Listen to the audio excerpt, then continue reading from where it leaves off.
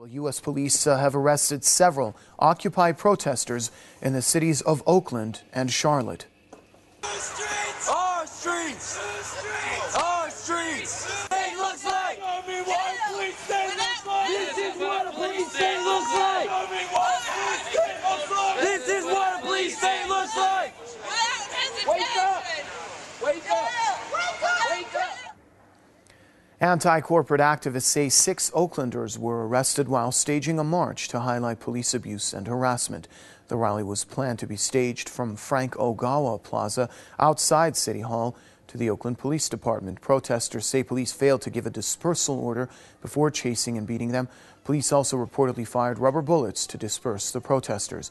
Meanwhile, 2 demonstrators have been arrested in Charlotte. This after a group called Walkupy arrived in the city after walking over a month on foot from Washington, D.C. The group plans to end its march in Atlanta later this month. That is a total of 5,867 protesters have been arrested in the U.S. since the Occupy movement emerged in September. Well, from the Occupy movement in Oakland, Professor Mark Mason joins us now on the line to give us more. Well, a lot of action has been taking place in Oakland as more members of your leg of the Occupy movement have been arrested. Tell us more about the arrests and claims of police brutality against the peaceful demonstrators. Well, we're looking at the continuing police actions that are really violations of fundamental constitutional rights written right into the American Constitution.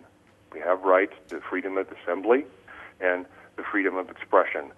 And this has been continuing since almost day one, since Occupy Wall Street uprising, if you will, in the United States began. So we're seeing the continuation of really illegal crushing of legitimate dissent and legitimate concerns of people, citizens expressing their concerns about public policies, government policies.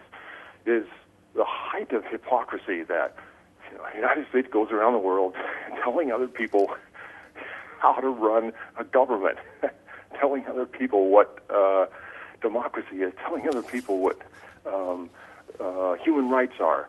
And the abuses at home are just gross hypocrisy. And what about the resolve of the Occupy demonstrators? Are they still adamant enough for the United States to see a continuation of the Occupy movement across its cities well into 2012? Well, I can only report on my personal experience with Occupy Oakland, and recently having visited with Occupy Calaveras, which is another group about 100 miles, 150 kilometers from here. And my experience is that their resolve is solid. We, I think so, are in this for the long haul.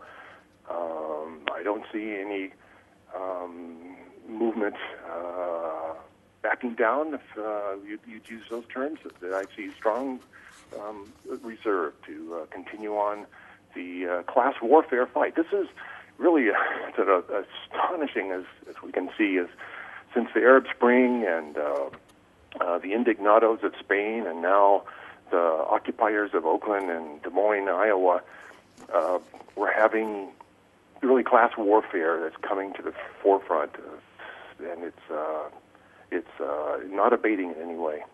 It's not going away. All right, many thanks, Professor Mark Mason from the Occupy movement in Oakland.